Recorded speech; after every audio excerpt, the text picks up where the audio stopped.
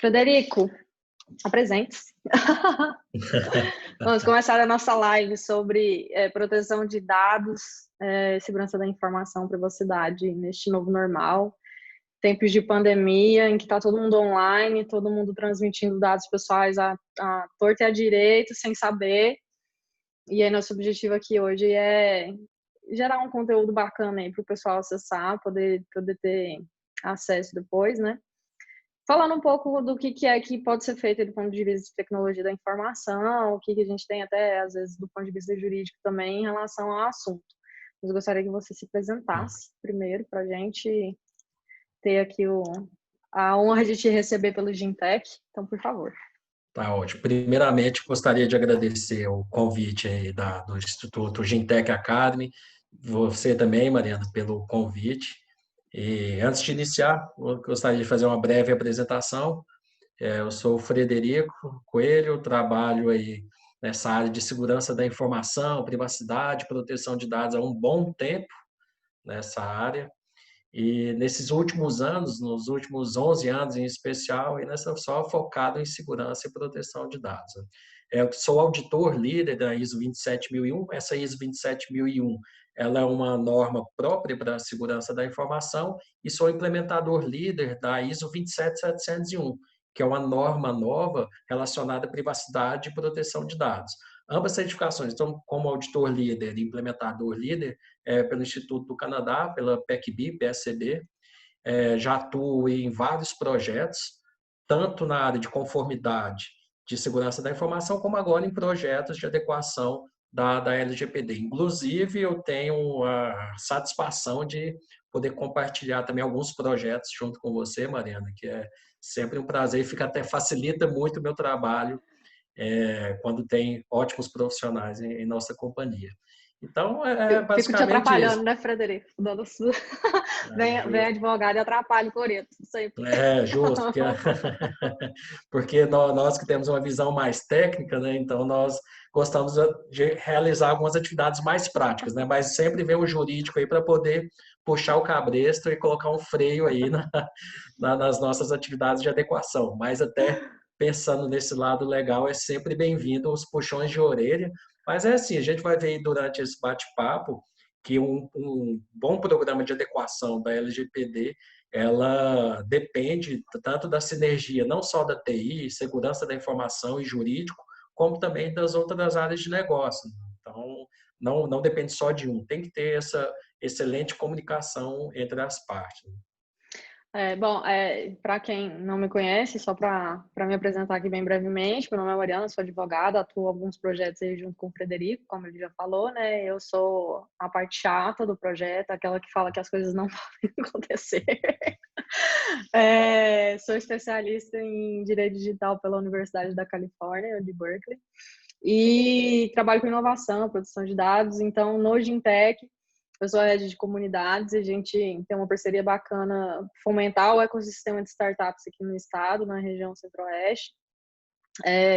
E nosso objetivo aqui hoje é falar um pouco sobre proteção de dados, segurança e privacidade neste novo normal. Então, Frederico, você que tem essa experiência, vasta experiência aí como auditor, enfim, né, trabalha na parte de tecnologia da informação, você tem notado nos últimos anos, e em especial nos últimos meses, porque o que a gente fala aqui não é assim, a gente fica muito observando o que acontece no nosso dia a dia. Então, assim, para mim mudou muito. Eu faço muito mais coisa online do que antes. Mas eu não sei se isso reflete a realidade da maioria das pessoas. Então, assim, você que está aí na frente, você tem notado que realmente as pessoas, as empresas, migraram muito mais para o digital agora, ou isso é só uma coisa assim mais pontual? Não, Mariana, realmente, na verdade, nós estamos tendo aí uma aceleração da transformação digital. É o que eu tenho acompanhado aí no dia a dia.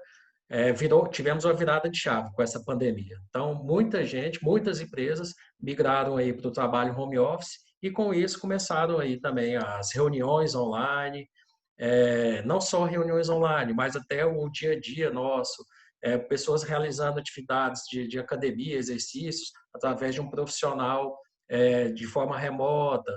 Temos aí agora até shows, lives de famosos aí, acontecendo através de lives. o próprio STF, a Câmara, realizando aí sessões de forma remota. Enfim, então mudou realmente. Tivemos aí já uma aceleração dessa transformação digital, mas com essa aceleração também da transformação digital, veio também algumas preocupações relacionadas a atividades de segurança e até mesmo privacidade e proteção de dados. Por exemplo, quando a gente fala de trabalho remoto, em caso de reuniões como nós estamos realizando agora aqui, por exemplo, com a plataforma do Zoom, tivemos alguns casos aí que tiveram pessoas, né, não autorizadas, tiveram acesso a algumas salas de reunião e acabaram fazendo algum tipo de graça, de conveniente nessas salas de reuniões de trabalho. Tem hoje também, tive uma empresa agora que eles estão realizando o controle dos seus colaboradores, adquiriram aí uma nova solução de ponto, né, para o colaborador poder realizar o seu ponto, aquele que está trabalhando de forma remota, e tivemos aí alguns entraves, né, justamente aí até o jurídico dessa empresa atuou de forma parecida com a sua, tá?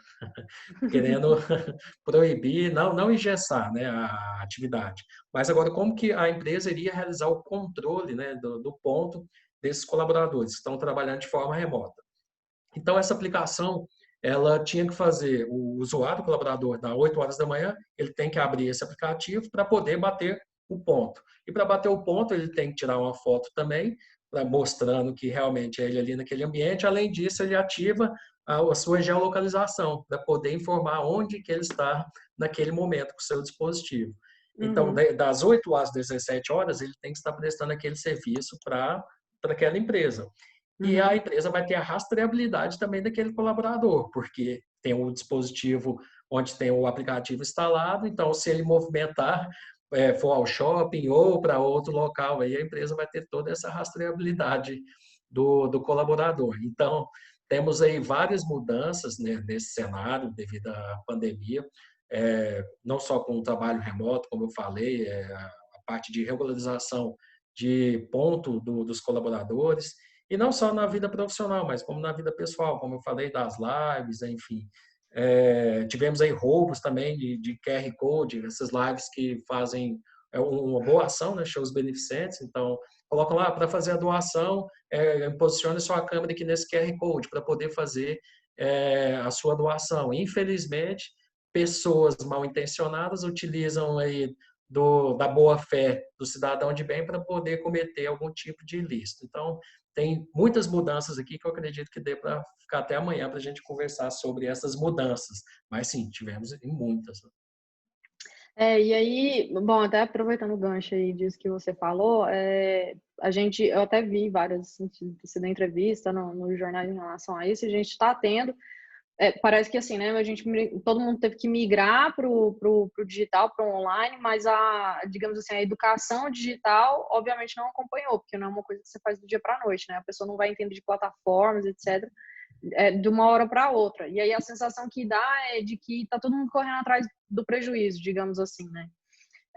E aí, qual que é a sua sensação, assim, na sua experiência, de como que as empresas estão lidando com isso em relação aos seus funcionários? Porque e procedimentos internos. Estou falando assim porque, por exemplo, hoje eu fui fazer uma compra que eu falei para a pessoa, a gente fechou, né, uma compra de um valor considerável, então que a gente precisa assinar o contrato. E aí eu falei, olha, me manda o contrato que eu subo na plataforma da OAB, que a OAB tem uma plataforma de assinatura digital, daí eu faço a assinatura, mando para o e-mail de vocês e vocês assinam aí. A pessoa não sabia nem do que eu estava falando. Então, assim, a gente já está no mês de julho, 4 meses de pandemia, até agora não se adotou uma iniciativa de assinatura digital, que é algo tão básico. Então, assim, o que você tem visto, assim, em relação dos procedimentos internos mesmo da empresa? Se está todo mundo meio que correndo atrás do prejuízo, ou são iniciativas pontuais dessa que você falou, por exemplo, do ponto, eu achei bem interessante, assim, interessante e perigoso, né? É isso que essa empresa Para o está lado fazendo. jurídico, sim. Mas, assim, é interessante no sentido de que é uma solução que a empresa está buscando, talvez não a melhor, mas está buscando uma solução para um problema que hoje todo mundo se pergunta como resolver, que é realmente como que a gente... Porque só para a gente só pontuar uma questão aqui do ponto de vista jurídico, a legislação brasileira, ela fala que, por exemplo, acidente acontecido durante o trabalho, né? Então, quando você está na sua empresa, aquele acidente é um acidente de trabalho. Mas como que a gente vai resolver isso com todo mundo em casa? Porque eu levanto aqui, daí eu vou ali na cozinha fazer o almoço, eu estou trabalhando ou não estou trabalhando? Se eu queimar a mão, isso é um acidente de trabalho, não é? Então, assim, na prática, acontece muita... A gente está fazendo um monte de coisa nova, mas que isso vai ter uma ramificação jurídica que a gente ainda não sabe exatamente o que vai ser. Então, assim, a minha pergunta para você é a seguinte: você está vendo as empresas mais correndo atrás do prejuízo, digamos assim, correndo atrás de fazer alguma coisa de qualquer forma, de qualquer jeito, mas precisa fazer, ou você está... E aí essas iniciativas, digamos assim, mais consistentes, são pontuais, ou a maioria das empresas está indo realmente assim mais estabanada, digamos assim, falta uma palavra melhor.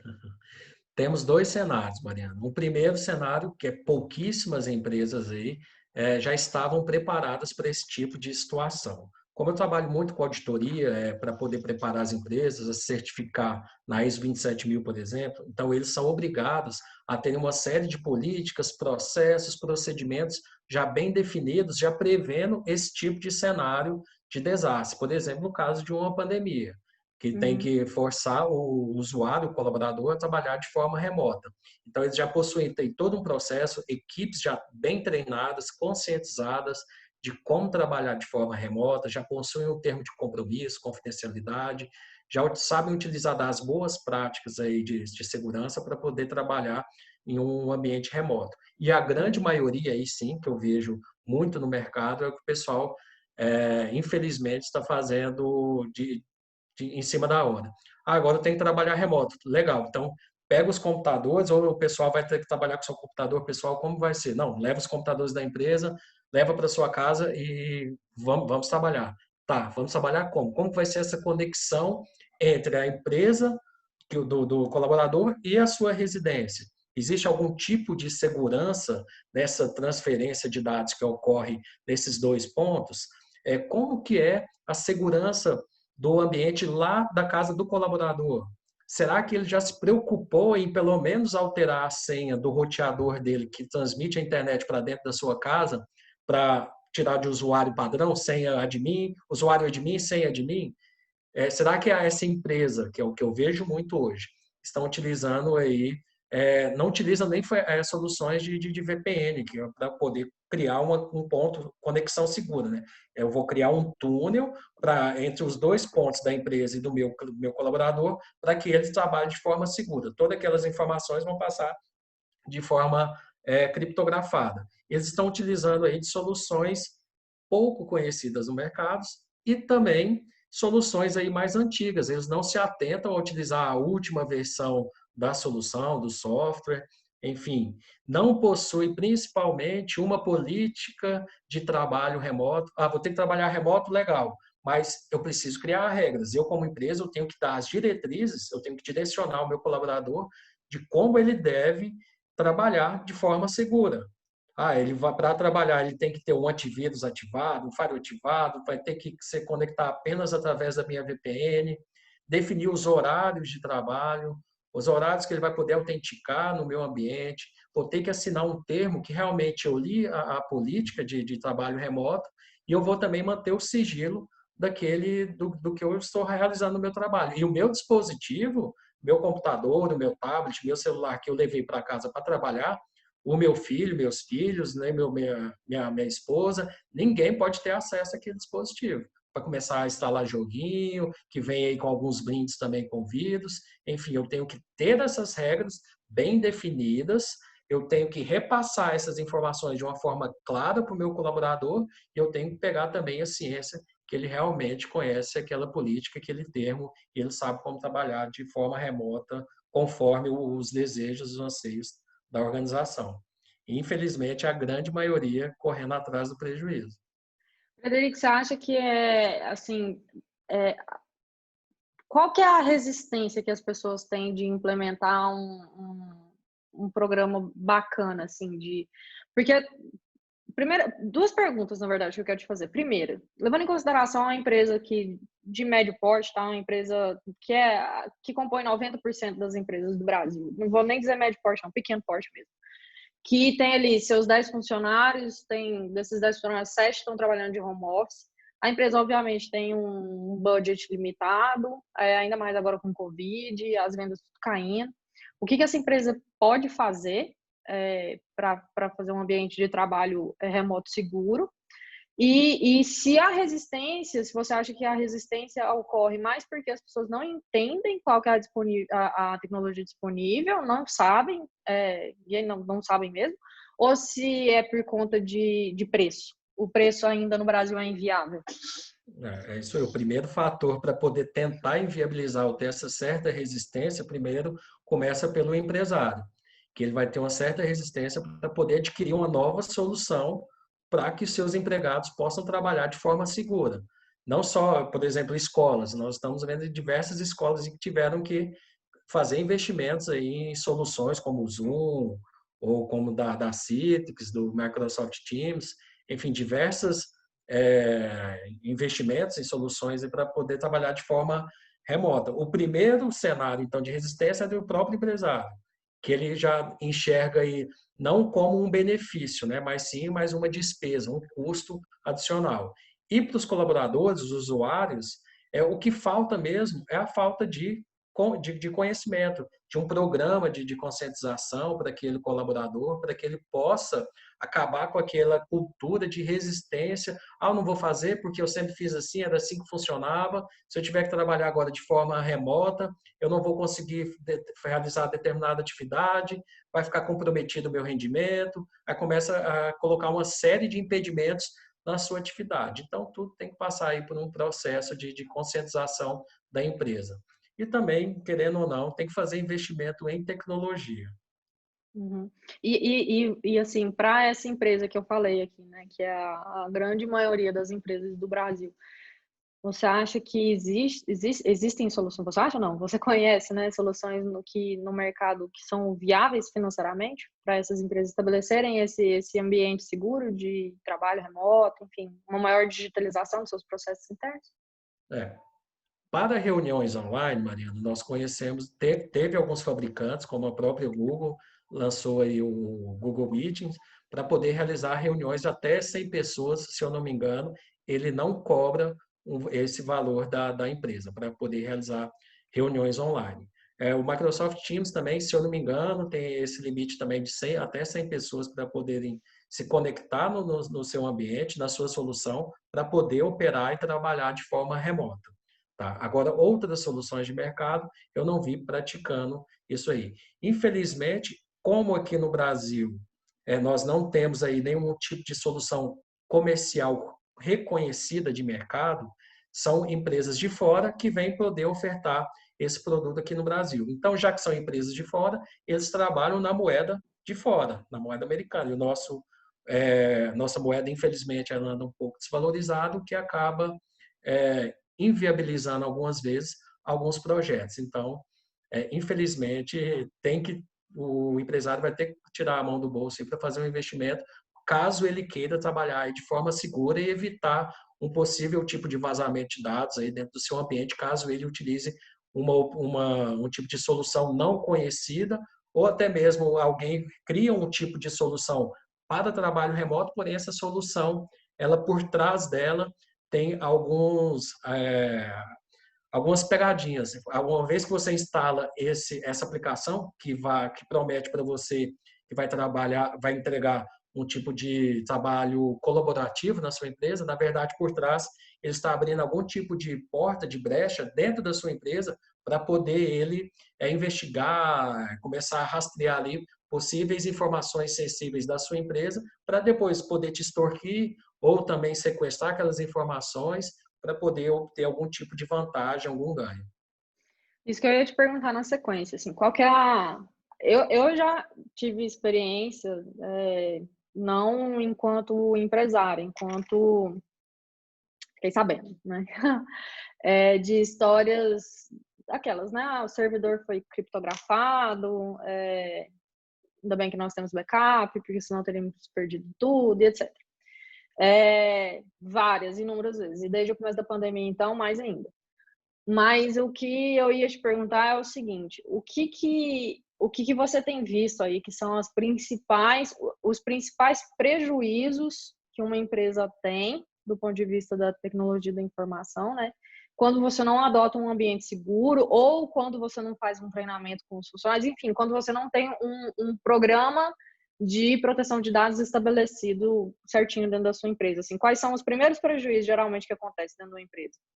O primeiro prejuízo é o emocional, ele começa a chorar.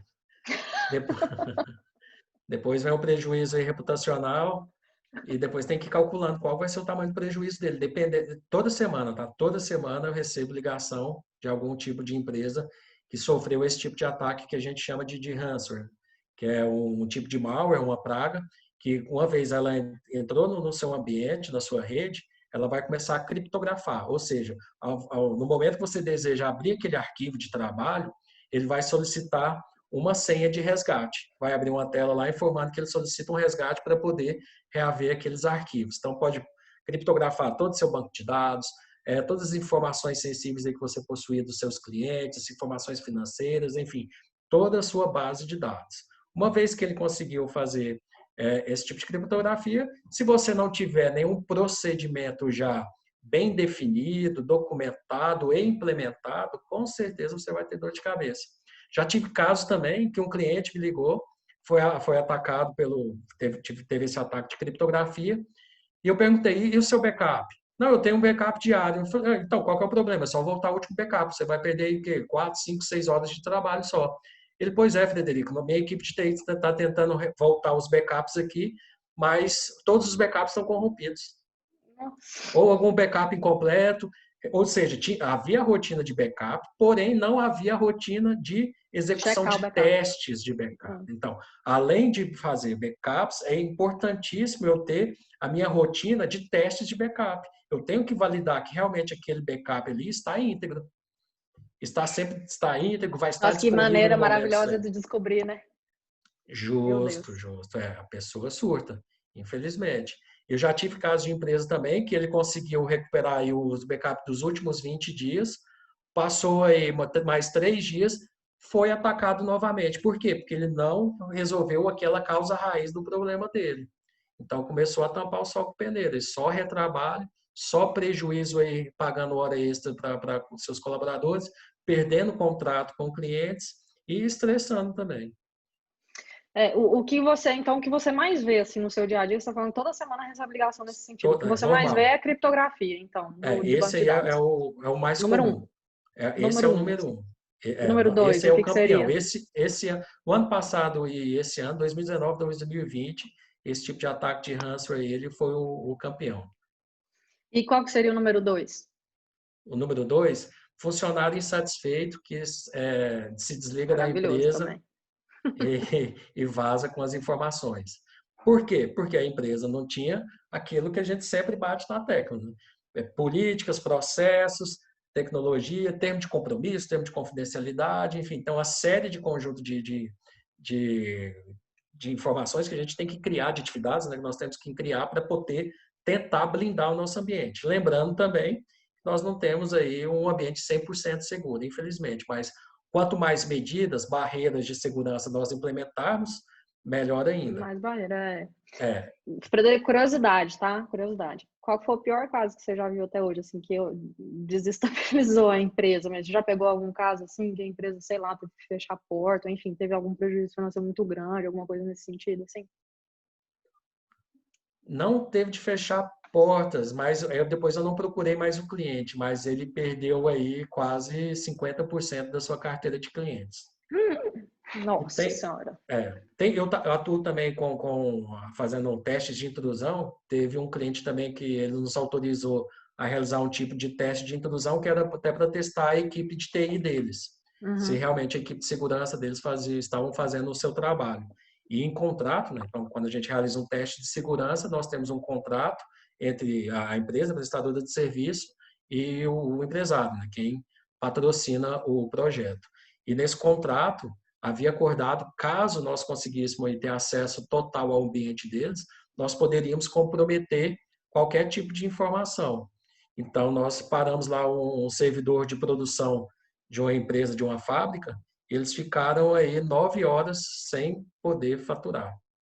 Meu Deus. Ainda bem que foi vocês, né? Foi controlado, é É, controlado. ainda bem que foi Foi. controlado, porque imagina se não fosse, que beleza. Senão a pessoa, justamente, teve esse tipo. Bom, esse de entrar e criptografar servidor, para mim, eu também, tipo assim, todo dia, né? Esse aí já tá normal. Qual que é a principal causa disso? Você sabe me dizer, assim, ou as principais causas disso acontecer? Principal causa, pessoas. Por quê? Quem administra, não adianta nada eu ter ali a minha melhor solução de firewall, de antivírus, implementada, adquirida, na verdade, né, pela empresa, se eu tenho ali um mau administrador. Ou também de nada adianta eu ter todo esse arsenal aí de ferramentas, processos, tecnologia, se eu não tenho as pessoas capacitadas ali para operar no meu dia a dia. Então, uma pessoa que mal treinada, mal capacitada dentro do meu ambiente, aquela pessoa vai ser a porta de entrada do atacante. Como eu falei, nós trabalhamos também com teste de intrusão, nós realizamos algumas atividades de engenharia social, que eu vou tentar fazer algum e-mail, enviar algum tipo de e-mail falso para a empresa, utilizando também do e-mail da empresa, né? A gente consegue, existem técnicas para eu pegar o e-mail seu autêntico, né? mariana@gintec.com.br. Eu consigo fazer isso, envio um e-mail direcionado para todos os colaboradores da sua empresa para tentar ludibriar ou enganar o usuário a clicar em um link que vai ser um link, uma página clonada aí, que ele já está habituado a entrar, por exemplo, do Banco do Brasil, e eu vou tentar capturar os dados pessoais, informações financeiras, enfim, qualquer tipo de dado ali, que caso ele clicar naquele meu link malicioso que eu coloquei, né? Então, nós utilizamos aí de técnica de engenharia social para poder fazer isso. Outra técnica que eu gosto de utilizar bastante é deixar pendrive em cima da mesa de trabalho ou de uma secretária, ou de alguém próximo ali da alta direção. Ou eu vou ao banheiro, né, como visitante, ou deixo em cima da recepção, enfim, eu começo a espalhar algum tipo de pendrive malicioso, que uma vez que a pessoa conecta esse pendrive no seu dispositivo, seu notebook, o computador, esse pendrive pode ser que ele não seja reconhecido pelo antivírus. Então, uma vez que plugou esse pendrive no seu dispositivo, eu já vou ter acesso total a ele. Aí sim eu vou começar as brincadeiras para poder tentar chegar às informações privilegiadas da empresa. Isso também faz parte das etapas de teste de intrusão, utilizando de técnicas que a gente chama de engenharia social. Então, a gente vai atrás de informações sensíveis e, claro, dados pessoais sensíveis para a gente poder comprovar. Uma vez que nós, hackers éticos, né, realizamos isso para poder comprovar como que a empresa está vulnerável. Agora, já prevendo para que uma pessoa não autorizada, como um tipo de cracker, um black hat, possa realizar esse tipo de ataque aí real e poder depois, em um segundo momento, expor todas essas informações e dados pessoais na dark web ou até mesmo na internet, prejudicando a empresa. E agora a gente não tocou nesse ponto, a gente está falando num ambiente pré-LGPD, né? A legislação ainda não está em vigor. Depois que a legislação entrar em vigor, a gente pode esperar muito mais disso aí. Inclusive, eu estava lendo essa semana que a gente pode esperar, porque isso está acontecendo na Europa, que o hacker entre no sistema da empresa e, por exemplo, criptografe tudo e faça notificação para a ANPD se a empresa não pagar o resgate. Então, observe bem a quanto chegamos, né? Mas já automatizou o ataque, já realiza o tipo ataque e já assim, notifica a autoridade a supervisora aí. autoridade, exato. Olha, já vazei os dados, tá aqui, essa empresa já pode ser autuada.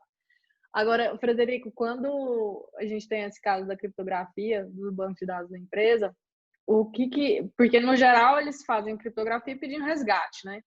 Sim. Pelo menos os casos que eu já vi é assim. Agora, a curiosidade que eu tenho na minha vida é o seguinte: as pessoas pagam esse resgate e se pagar o negócio descriptografa mesmo, como é que é? Porque a gente está lidando com pessoas que, bom, se eu fosse bandida, eu sei lá, recebi o dinheiro e pagava mesmo assim, né? Aquela bandida bem pouco ética. Mas assim, se a pessoa já é bandido, né? Como é que é isso no dia a dia aí? A boa prática, a recomendação, inclusive de delegacia e de crimes cibernéticos, é que Não não paguem. paguem o tipo de resgate. Uma vez que você pagou, eles só aceitam pagamentos em bitcoins. Uma vez que é bitcoins, já era, acabou. Não consegue ter essa rastreabilidade para onde dificulta, né, na verdade. É. Então, já vi casos, sim, de pessoas, de empresas, grandes empresas, que já pagaram pelo resgate e não tiveram o resgate. Mas já tiver, acho que praticamente 80% das empresas que pagam tem esse resgate. 20% acabam ficando na mão. Mas, assim, recomendação, não pague. 80% das pessoas têm o negócio de volta, os bandidos devolvem. Infelizmente, Mariana, infelizmente, é porque elas ou tem um backup aí mensal, ou tem um backup, como eu falei, diário, porém os seus backups não funcionam a restauração, dá um tipo de fica corrompido, eles não têm um plano de continuidade bem definido, ou seja, não tem procedimentos, processos definidos que possa aí salvaguardar ele de um tipo de ataque desse. Mas aí esses 80% pagam. Você fala que Pagam. 80% Pagam pagam. em grandes empresas, prefeituras, governo, hospitais, tudo já Todo pagaram mundo com paga. eles. Mas e aí, quando paga e os hackers vão lá e devolvem? Isso, aí ele Descriptografam? vai te enviar por e-mail a chave. Uma chave para descriptografar aquelas informações. Mas e eles mandam mesmo? Mandam. Assim, alguns Gente, casos mandam. Mas já vi alguns outros casos que também não pagaram acredito. bem aí, R$ 150 mil e não tiveram de volta. A Júlia, eu tô rindo, mas não é de rir, né? Mas é porque é uma situação, assim, inusitadíssima. Porque eu acho interessante, né? A gente migra de crimes, é, crimes, desses pequenos crimes, né? Que a gente chama, assim, violência física e etc. Assim, para um crime muito mais complexo, digamos assim, né? Porque, assim, do ponto de vista eu diria, não sei se é nem da lógica, mas assim, se você é uma empresa, você tem o seu banco de dados criptografado, o outro lado, é um bandido. Aí você paga o resgate confiando 100% que a pessoa que já não tem ética vai te devolver o que você precisa, assim, Aí que tá. é muito complicado, né? Não, Para dizer o é mínimo. ridículo, né? Para dizer o mínimo. Não, e Mas outra, ele vai e paga e não acha também a causa raiz. De onde que aquele atacante entrou no ambiente dele. Então ele vai estar aí vulnerável novamente. Pagou R$ 150 mil, conseguiu a chave, voltou ao ambiente normal. E aí, acabou a daqui a equipe pouco dele de de TI novo. achou por onde? Mais 150 mil, Mais E aí vai 150 indo. mil. Aí começa a Aí você vai, brincadeira. aí você vai economizando assim 10 mil, 20 mil para poder pagar 150 Ah, mil, basicamente é isso. então, é o recomendável procurar aí algum tipo de profissional capacitado aí para tentar quebrar esse tipo de criptografia. Ou então, se não tem backup também, um abraço. Aí começa a investir. Infelizmente, muita gente se preocupa com segurança, proteção de dados, depois que acontece algum tipo de BO no seu ambiente, né? Para não falar outra palavra. Então, aí sim eles começam a ficar preocupados. Aí quer investir, o que eu tenho que fazer? Eu tenho que capacitar, eu tenho que criar uma política de segurança da informação, um plano de continuidade de negócio, tenho que adquirir uma solução de fazer rotinas de backup, teste de backup. Aí começa a colocar. Pois é, todo esse investimento que você está fazendo aqui hoje não é nem 20, 30% do seu resgate aí. É, Aí depende do ambiente, é complicado. é, Mas enfim, de qualquer forma, assim, 150 mil de resgate dá para você fazer um belo de um programa, né?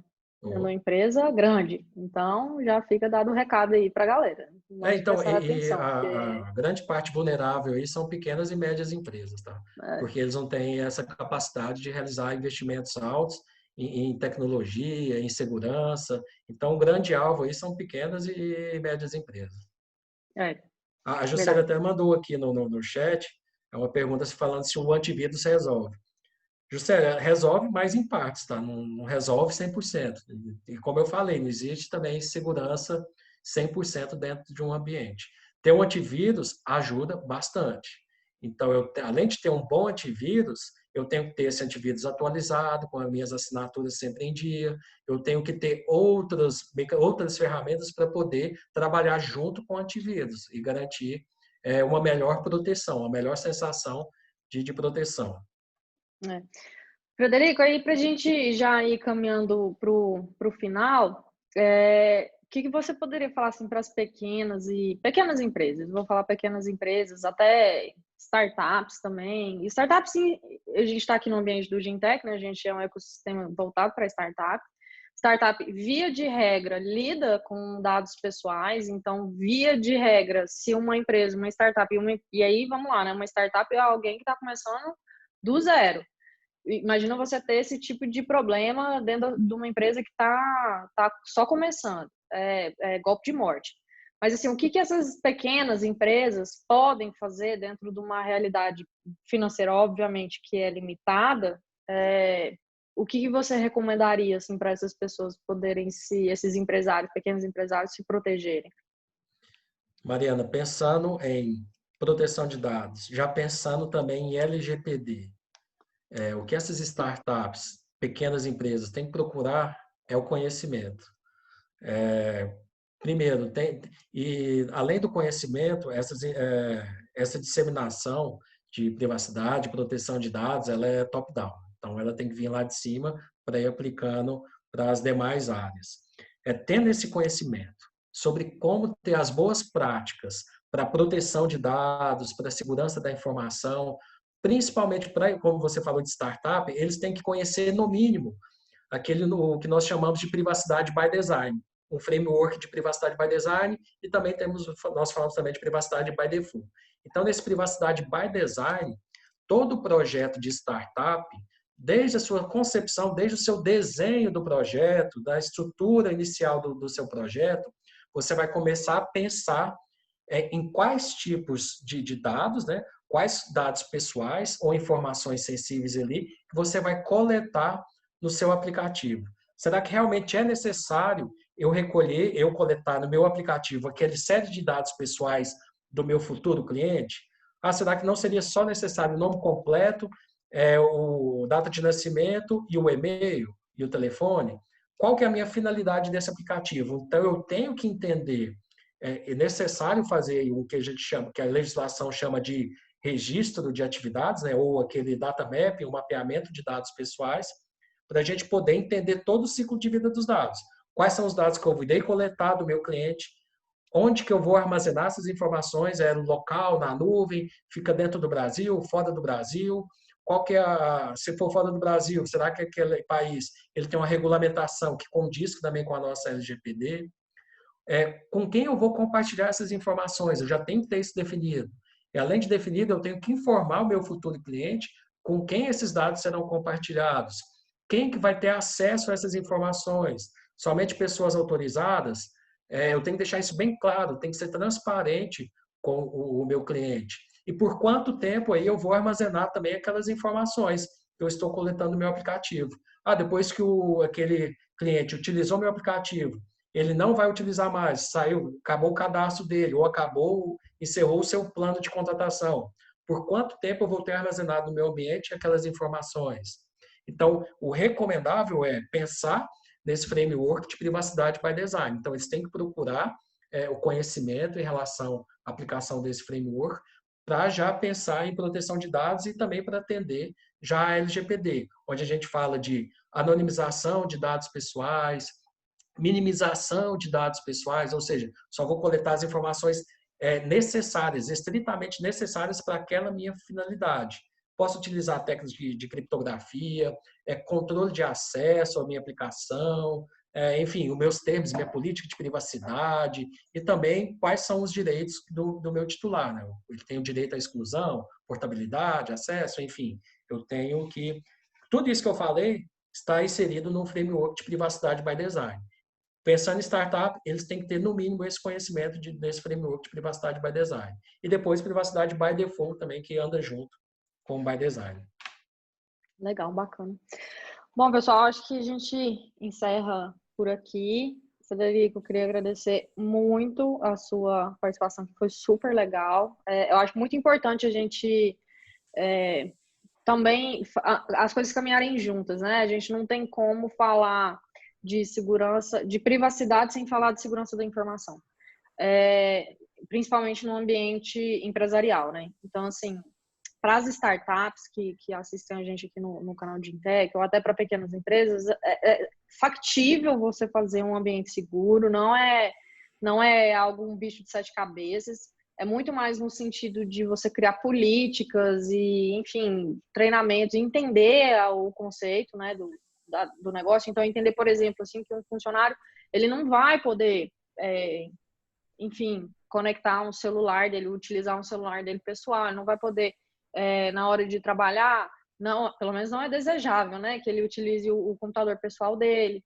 O computador dele da empresa tem que ter uma série de barreiras para que não tenha invasão aí, né, de vírus, etc. Essas coisas todas que o Frederico falou, e que ele é muito mais capacitado para falar do que eu, mas que eu vejo no dia a dia das empresas com as quais eu trabalho. Então, é super factível de fazer, e eu acho que neste novo normal, já que a gente está falando, o TI passa a ser um departamento, assim, quase que estruturante da empresa, né? Porque sem TI você não consegue fazer nada disso. Então, acho que é mais ou menos isso. Queria agradecer demais, Frederico, tudo que você passou aqui pra gente de graça.